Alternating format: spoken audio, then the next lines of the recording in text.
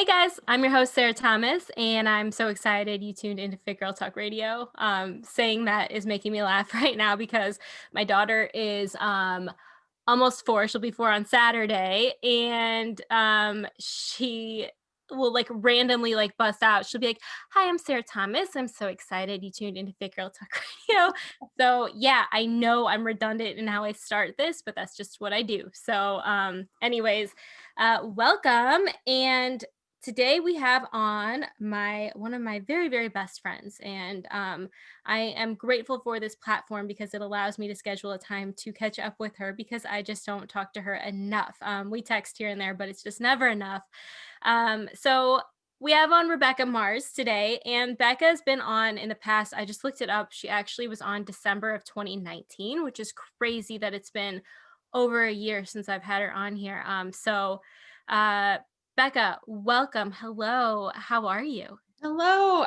I'm doing really well. And I was thinking that this morning too. I'm like, wow, it's been over a year because I was actually in Hawaii when you released it. And I remember going for a run on the beach, listening to the podcast we did.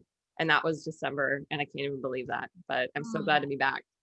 So if you guys want to know all about Becca and her journey to where she is now in life, which has obviously changed since I had her on last. I'll have her touch on that. But all of her journey through personal training and yoga and how she got to where she is in her career. Hop on to a podcast platform and listen to our old episode from December, and you can hear all about her. So with that being said, Becca, what has changed for you in a year? What's new? Oh, so much. I think we all can say that. And I'm not going to get on here and like talk about 2020, this and that. Quite honestly, I've had much more challenging years in my life than 2020. I'm in the mindset that it was a needed year for so many reasons, but I have moved into a new place. I have rearranged some of the ways that I do things in terms of my work. And for me, it was actually it was a good thing only because I've always wanted to be a little more location independent. And so now I've been able to take even more of my offerings online, which has been a lot of fun. So I'm sure we'll get into that, but I just can't believe how fast the year has flown by.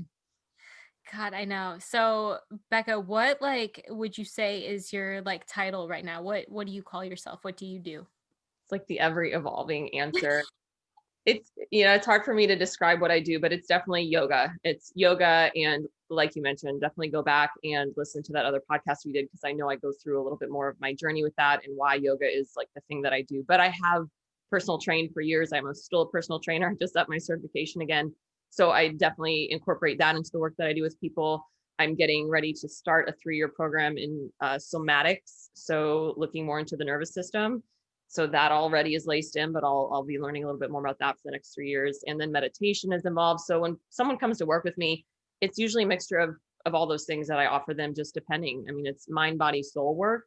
And sometimes I have people that they just want the physical component, but little do they know that every single time more stuff comes out. As you probably know, in personal training, you're a therapist in one way or another, just like your hairdresser and people like that. So through the years, I've learned that I really love helping people through all the other stuff that comes up once they start getting into their bodies. So the body seems to be the gateway for so much more, and whatever I need to offer somebody, I'm able to offer. So I don't even know if I answered your question in that, but that is it. It's the big, loose, long-winded answer. Yes, and also Becca is a yoga Teacher teacher. trainer. Yeah. So definitely I've been doing this is going in the 4th year, and I counted this morning. I think this is the 7th training. I'm running another one coming up. So I teach people to become yoga teachers, and I very much still work with folks that just want to do some yoga sessions, and I'm still teaching classes, just basic yoga classes. But yeah, I definitely offer CEUs. So if you're a yoga teacher listening and you want some continuing eds, or if you're someone that wants to become a yoga teacher or go through a program like that, I offer those things virtually as of last year. So that, Becca, I haven't even told you this, but that the fact that you do that is one of the most inspiring things to me because anybody that goes through yoga certification in general, the 200 YTs, whatever 200 hours, I don't know. RYT, yeah. Yes. Okay. Is so amazing to me anyway because of the time that goes into it.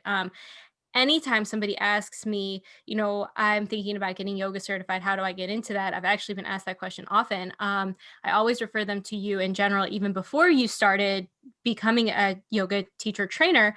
But now, and I always tell people like I think that it's the one of the hardest certifications you can get. And I respect that it has still maintained that over the years, that it's still something that takes a lot of time and effort and learning to actually get, because it keeps it elite. And I think that that's really, really amazing. And the fact that you not only have done that, but now that you lead others through that is just so inspiring to me. And I look up to you all the time because of that, and you should be very proud. And I know that you've changed so many lives. And I referred a good friend to you recently, and she has nothing but the best things to say about you. You literally changed her life, quote unquote, from a text I got recently. So you should be very proud of where you're at in your career right now. Thank you for reflecting that. It's always helpful to hear. And I know I've heard you say this in previous podcasts, but it's real use. Even though yoga is my life, it's easy for me to just get caught in the same rat race like anybody else. So sometimes that means I override like soaking in like what I'm actually doing. So thank you for that. And it really is.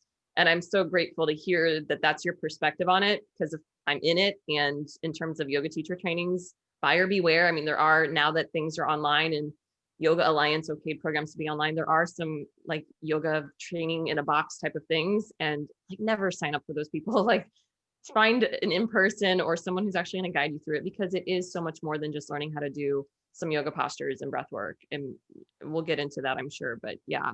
Yes. So thank you for that little plug. And if people are interested, please reach out. And I like to just help direct people to one that's going to work for them. It's not that I'm going to push you into mine, because there are so many different flavors of yoga and yoga trainings and just the way they're set up. But yes, so very much a part of what I do. Yes. Okay. So the reason why I brought Becca on in the first place is because I want to talk today about doing yoga on your own at home or wherever that means to you, outside, whatever, because we are still in this virtual space for our fitness routines. And for some reason, yoga seems super intimidating to a lot of people to do on their own.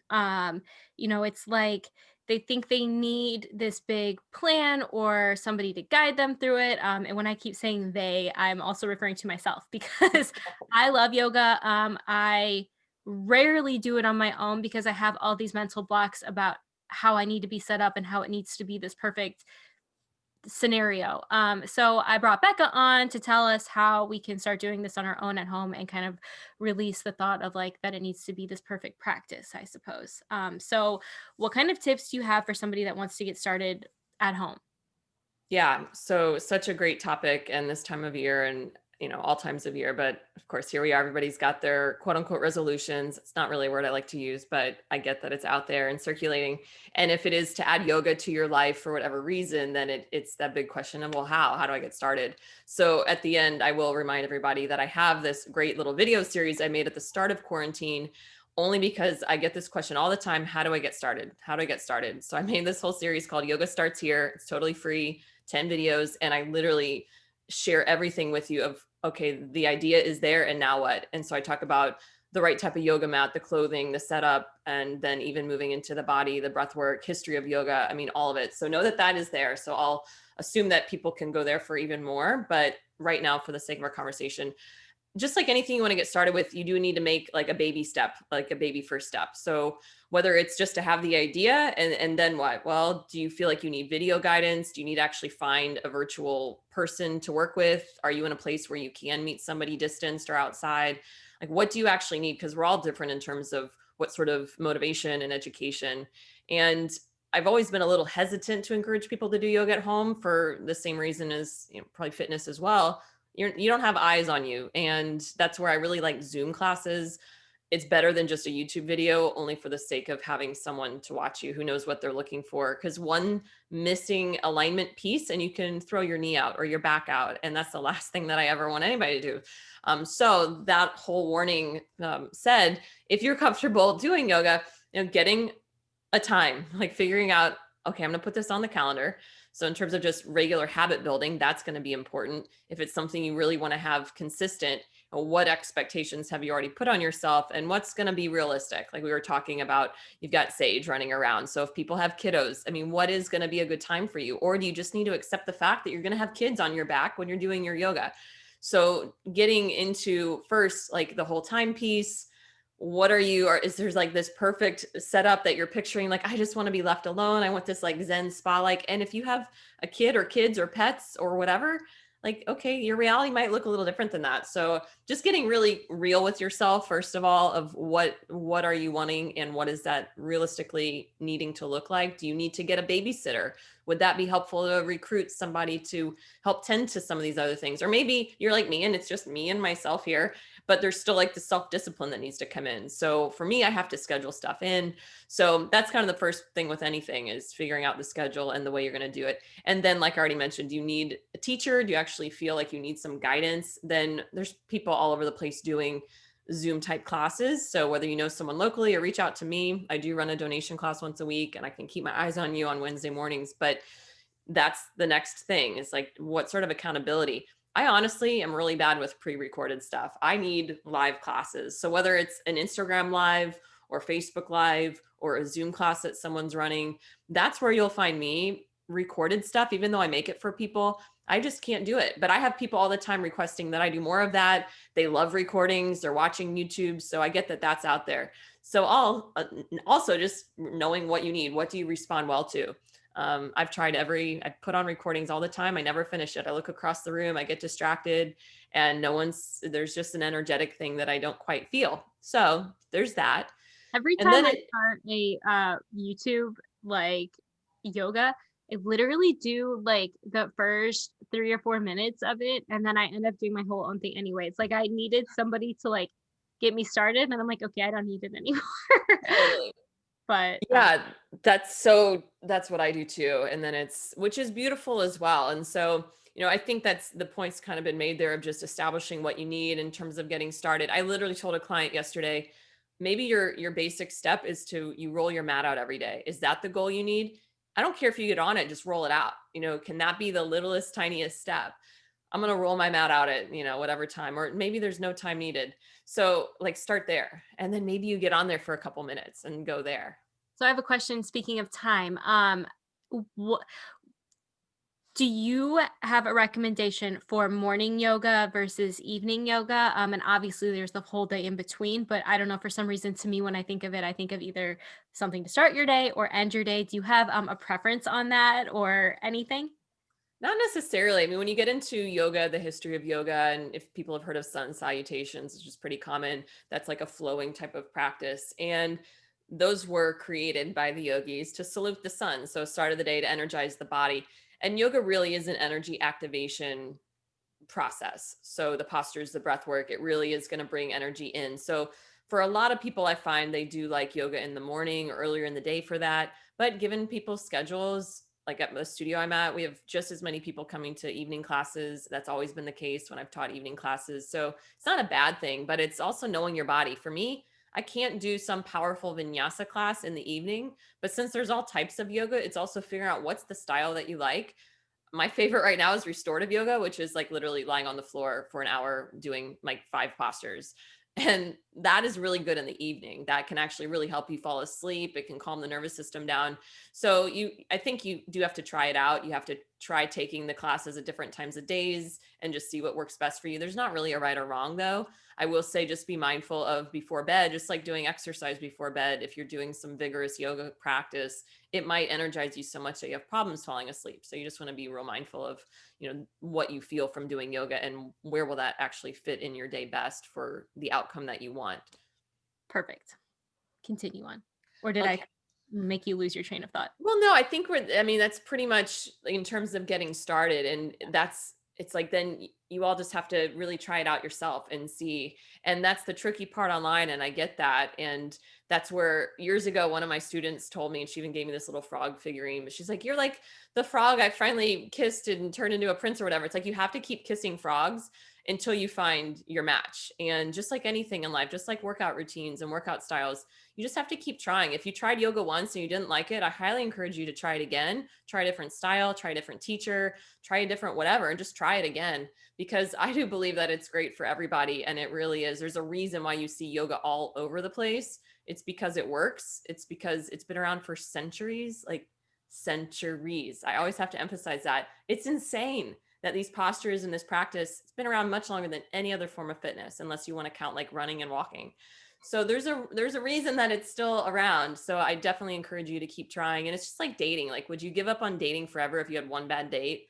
Like, hopefully not. So just like anything, just keep dating, keep trying, keep kissing the frogs, keep playing, because there are so many styles of yoga out there. And that can be intimidating as well. So that's where, just reach out to me. Honestly, it's really hard to do this on your own. And so for the sake of our topic today, yes. And I think it is a matter of finding someone that is a yoga instructor to at least ask them for some resources. Yeah. So I know some of this is in your video that people can access for free, but some things I did want to touch on. Like for example, things like a yoga mat. Is that like is that something necessary? And like you see yoga mats that are like literally $100 at Lululemon versus like, you know, the 9.99 ones on Amazon. Um, do you have an opinion on that? Yes, and it is, I definitely have a video on it, which it's not too long, but you don't need a yoga mat to start yoga. And if that's like the one thing that's holding you back, then you definitely don't need a yoga mat to start yoga. You don't need to go spend like $200 on clothes. You don't need to spend $100 on a yoga mat. The thing with yoga mats though, it will help your practice. And centuries ago, they definitely didn't have Lululemon, all the stuff, right? So this is a modern innovation, just in a matter of not even, it's very recent that we've had these really great grippy yoga mats, and rugs and cloth and things like that are used in India, and even nothing at all, right? So there's just this thing of yes and no. And when it comes to a yoga mat, I've seen so many yoga mats, I've been teaching for like 15 years now, and I've seen them all. And sometimes, most of the time, if someone comes in with like a TJ Maxx yoga mat or Target yoga mat, they're getting better, but they're so slippery. They're like plastic and cheap. That's why they're so cheap. Yeah. You can probably go to the Dollar Tree and get a yoga mat, and just don't even, like, don't bother. Just get a beach towel, get a bath towel, something like that. But you don't want to slide. And that's what the difference now compared to centuries ago. We're weak. Like, we are weak people. Our hands are weak. We sit on computers. We're not out there doing a lot of like real strengthening activities unless you are in the gym or whatever. So when people come into a yoga posture that requires them to like put some weight in their hands, one of the top injuries that I've seen through the years is wrist injury. People get tendonitis, the wrist starts to hurt, and a lot of times it's because their hand strength is literally not there. Their grip strength is not good. So the way yoga mats can help your practice is, one, they'll provide a little cushion for knees, for hands, and it will provide a little traction. But like I mentioned, you can get some better ones now at Target, Amazon, but I wouldn't get the cheapest one, because you really do get what you paid for. I still think Lululemons are really great. I have no, connection to them. The dilemma with a lot of those good grippy mats though is that they're not eco-friendly. A lot of times they'll have a little odor to them. There are some natural rubber ones out there, so if you're interested in that, let me know, or watch the little video. But there's Yeah. a lot of things to consider. But to answer your main question, like, no, you don't need one, Right. but it will help you if you need cushion. Do not use a fitness mat. Like, if it's called fitness mat and it's one of those real spongy, like those things, one, they slide all over the floor. I mean, it's not to, it's a little funny sometimes when people come in because they're trying their hardest, but these mats just, there's no heft to them. They're sinking into it anyway. So just beware out there if you're trying to do it with a fitness mat. It's for certain things on your back, it's nice to have that cushion or kneeling, but know that those aren't quite yoga mats either. Right. I have one of those, and they seem like more dangerous than They are. I don't really get it. It's not mine. But anyways, so I also wanted to talk about proper breathing, because that's one of the most important benefits of practicing yoga, I think. And I think there's so many people that don't fully understand how you're supposed to do that. So walk us through that. Yeah, so breath work, huge. And just mark my words, like you're going to see breath work just like you're seeing yoga. It's happening already on the coast. There's breathwork studios, breathwork trainings. Breathwork is like the next big thing. Not that it ever wasn't, but it's going to be just as mainstream if it isn't already for some people. I'm sure they've seen it all over, depending on what you look at. Same with meditation, which we talked about that in the last podcast. So yoga is a lot of things, and just because you're doing some yoga postures doesn't necessarily mean you're having the fullest experience. So without breath, there's some quote out there, I think Jason Crandall said it, of yoga without breath is just gymnastics. So it's like you can go and do all the down dogs and all the crazy things, but if your awareness isn't there with the breathing, it's not fully yoga. It is, but it isn't. So with the breath, if people check in right now with how they're breathing, we breathe all the time. Obviously, we need to breathe to stay alive, but the awareness isn't quite there, I find, until people come into a yoga class setting. It's like, oh, let me focus on my breath for a little bit. And that's the beautiful part of fitting yoga into your day. It's like yoga doesn't need to look like what it might be expected to look like doing all these postures. Yoga can be a few minutes of breathing. Yoga can be a few minutes of just closing your eyes, tuning into the breath and feeling like what you feel like in this moment.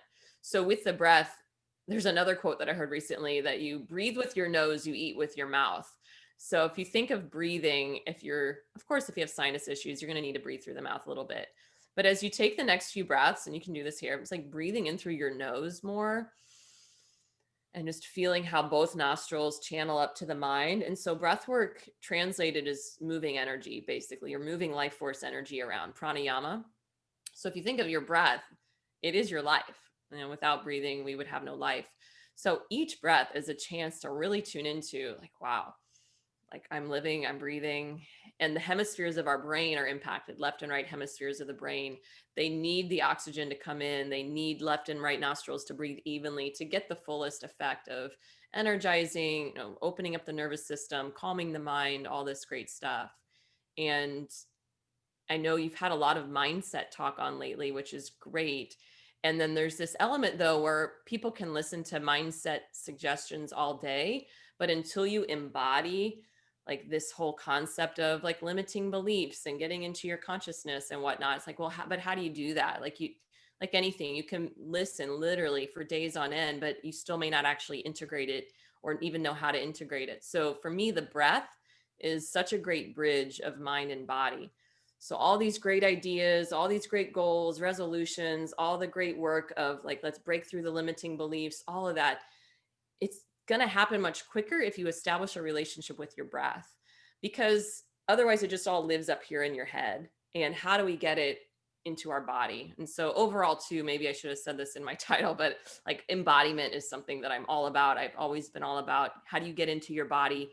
How do you, yes, use your brain, we need the brain, but how most people are living in their heads, like more than they're living in their bodies. So when we breathe, also paying attention to how it is that gateway of not just in through the nose and up to the brain, but then the lungs are breathing, the belly's expanding. And just in a few deep breaths, a lot of times people will tell me like, wow, I feel like I'm literally on cloud nine, or wow, I feel so much calmer and more centered. And I think we did this on the other episode, but we can do it right here because it'll only take like 10 seconds. So if you want to close your eyes, you can close your eyes and just check in with how you're breathing. And then start to notice right around your belly button where the breath is lightly moving. And as you take your next breath in through the nose or the mouth, feel your belly moving forward and fill all the way up. So you feel your breath fill around the chest. When you exhale, release from your chest, and then down through the belly, press your belly button back to your spine. And as you do that a couple times, you can breathe in through the nose or mouth, fill the belly up, fill the chest up, fill the heart up. And you breathe out, you release from your heart down through the belly. And taking another cycle of breath to the belly, filling every nook and cranny of your lungs, and sighing out through the nose or the mouth. And you can stay with that. You can open your eyes if they're closed. How do you feel, Sarah? So much better. And you know what? It's so funny because yesterday I got super caught up in stressful like technology issue, like how stressful that can feel when you're trying to get something figured out, and you don't know how. And I realized after like every few minutes I'd be like, like I let out like this sigh. I was like thinking about it later on in the shower, like, why was I doing that? You know, like I wasn't like super stressed. It wasn't anything that I was like, like so mad about. But I realized in the shower, I was like, oh my God, I just don't think I was really breathing when I was trying to get all of that stuff figured out in my head and onto the computer and figure it out. And my body was like, you need to keep breathing, focus on that as well as this stuff. So that's just, it came to me that that all happened yesterday for myself. But yeah, I definitely so much work with my breathing. I need to focus on so much more. And the last thing I'll say before you continue on is that I remember one time, maybe I said this on the last podcast, but I was working with a massage therapist and she was like talking about how I needed to focus on breathing more to release stress in my shoulders and neck. And she was like, that's why exercise and movement is so good for us, because it forces you to breathe. Like it forces you to breathe deeply and in ways that you don't breathe throughout your normal day. And like that's always resonated with me when I'm working out and things like that, that it is so true. It really forces you to deeply breathe. So, anyways, continue. I feel much better from that. Yeah, no, I love all that. And that's also true. And even right now, I hope the listeners have noticed how they're breathing and realize in that that's yoga. And if you picture this whole like yoga system, and according to a lot of modern yoga styles come from this idea that yoga has 8 branches or 8 limbs. And I'll usually say, picture a tree, 8 branches on a tree. Yoga postures are just 1/8 of yoga. Breath work is 1/8 of yoga. They're equals. So even if you just spend a couple minutes a day breathing, could you believe that that is yoga? And it's going to require you dropping this idea that you need to do like this 60-minute yoga flow and wear your Lululemons, all that, which, I love all these things. But you know what I'm saying? And what if it does look like you just sitting on your couch and taking a couple minutes to breathe and start there, and that is still yoga. And these other limbs of yoga, you can do the down dogs all day long. And if you're not knowing about these other things, and that being said, I firmly believe that once you do a yoga pose, you're getting the full spectrum of yoga, maybe not to its fullest, but it's hard to just stick with one, or it's like the tip of the iceberg. People might have heard that before, of the yoga poses are just the tip of the yoga iceberg. It's like, well, what else is underneath the water, if you use the iceberg analogy? So it is like the breath work, and it is the meditation, and it is all these concepts that I'm really into, which I call living yoga, but it's the yoga principles of things like not harming yourself and knowing your truth and self-study and knowing yourself. And yoga defined is not flowing and getting sweaty. It can be for some people, but yoga defined, there are many definitions, but it means to connect, it means to unify, it means to bring yourself together first. So your body, your breath, your mind, your spirit. And we're multidimensional beings. So as we're sitting here talking, like, we know that we're not just the thoughts in our head, we're not just our bodies. I mean, we've got this energy to us. We've got a spark, we've got a soul. It's, I don't think people don't know that, but it's also a reminder to remember that as you set these resolutions up, it's like, if it is around yoga, where is it coming from? Is this something you want for your body? I mean, is it needed? Is it something that you actually want more for your mind? Does your soul need the yoga? And it's like getting a little more specific around what part of you needs what thing, what practice, why are you being drawn to something in the first place? Because if you're not able to connect with all of that, then I don't think any sort of goal will stick. And so yoga reminds us that we are multidimensional, that we do have all these parts of us. And so I think for me, yoga is about knowing myself even more. And it's pretty loud out there right now, in the sense of everyone's living online. Everyone's, talking about something in social media. It can be really easy to slide into other people's opinions, which is, a beautiful part of social media. I think you can get all these different expressions, but there's a point where you have to check yourself, and you have to give yourself a chance to make sure your body's not holding stress, make sure you're breathing, make sure you're doing all these things. So for me, yoga is like such a, like this ever giving tool of all this self-awareness. So when you're in like these moments right now, you're online just staring at your phone, it's like, wait, hold up. Let me take a breath. Let me put this away. What part of me is needing this right now, versus just being on autopilot? So, yoga is so much more than just doing some postures, but I could talk all over the place with yoga. So maybe I'll let you rein it back in here. Well, I like that you said that about social media because, and because it is such a beautiful way to connect with others, and their thoughts and their opinions and all of that.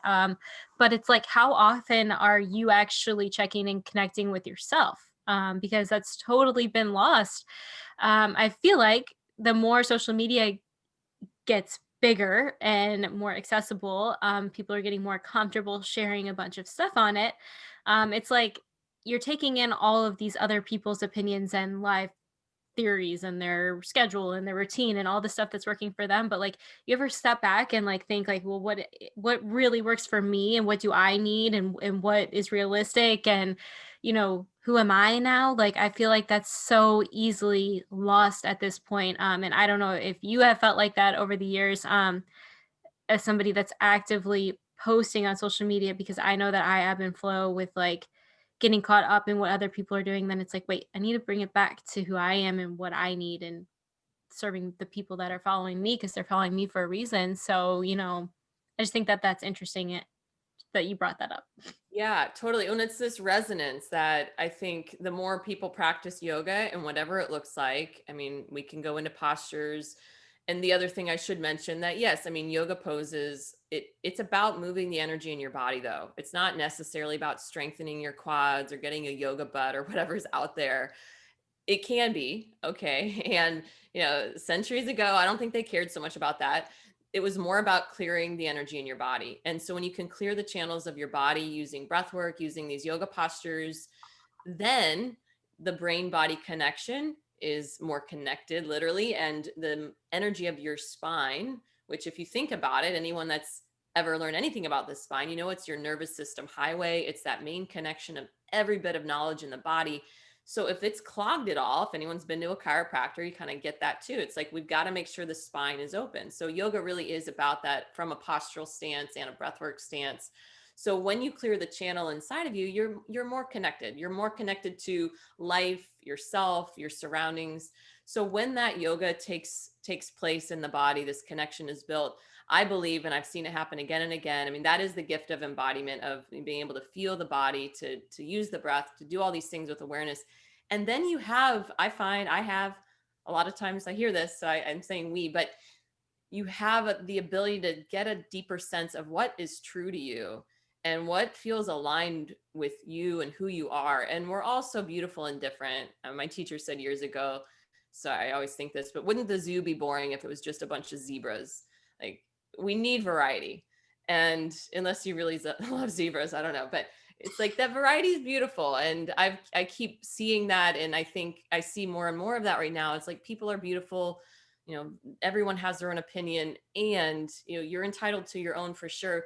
But I definitely want people to make sure that even that is coming from this, heartfelt place. It's not coming from things they see, that it's not coming from the head, even that it's coming from a guttural and a heart space.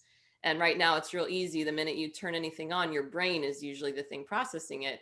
So yoga gives us not only that connection for deeper, resonance and feeling and knowing like what does feel right to us. And it's also giving us a chance to like get out of our head for a little bit, and like, it gives the awareness to like hit pause and just take a moment and digest what you're taking in and figure out what do you even want to keep, the stuff that you're reading and you're being exposed to. So to me, yoga really does mean all of that. But a lot of it does even go to the whole, I think the initial idea of this conversation was like yoga postures. So just knowing that the postures are like the gateway to all of this, like to the truth and to the alignment and what have you. So Yes. And so I was going to have Becca talk about some posture stuff, but I'm not going to have her do that because, like she said in the beginning, she has that those free videos for you to access from her. I will tag all of that in the description of this podcast and on my social media at Fit Girl Talk Radio, because first of all, we're running out of time, and second of all, I feel like Becca's one of my very best friends. Like, I could talk to her for hours and hours if it allowed, which it never allows. But I just love her brain and her soul and everything she stands for and does. And I just love Becca so much. So with that being said, give her a follow. What's your Instagram handle? I recently changed it to my name. So it is Rebekka.Mars. When did you do that? Not like a month ago. I'm Yeah. not sold on it yet. Becca Blue is what I had forever, and I definitely go by Becca, so it's like this thing. But look up my name, Rebekka.Mars, and we'll start there for a while. See. Yeah, and then make sure you get all the free stuff that she has. Sign up for her cruise letter. Everything Becca does is good, and she gives out way too much for free. So hop on board while she's still doing that because it's too much. Yeah, well, yeah, do that because I am going through this whole like reinvention thing right now. So probably a membership site this year and things like that. So Yeah. definitely jump in now. And all of that being said, I do have some YouTube videos that I definitely feel comfortable saying go play with them. There's a real easy flow. I can probably give you the link so people can have access. But if you look at my YouTube channel, there are some classes, chill flow, simple, easy, stuff like that. And I've been told through the years that I give a lot of really clear cueing. And that is a big part of the yoga experience in terms of getting on a yoga mat. If the cues are not strong by the instructor, you're either going to be looking up the whole time, trying to see what they're doing. So I would like to think that I have some strong cues in there. And so for being at home and not having a live person, check out my YouTube videos because there are the more recent ones. Definitely. I give a lot of great cueing. So Yes, try and it I'll out and reach yeah. out if there are questions.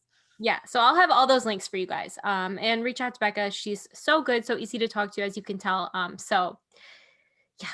With that being said, Becca, thank you for your time. I love having you. I know I'm gonna have you on again soon. Oh yeah, and Becca has her own podcast and like so much stuff. So like go find all that stuff. I'll tag it all. And yeah. So thank you so much. Oh, thank you so much. Yes. Till next time. I need to have you on my podcast as well. So the conversation can be continued. Okay, well, thanks. I love you. Love you. Bye. Bye.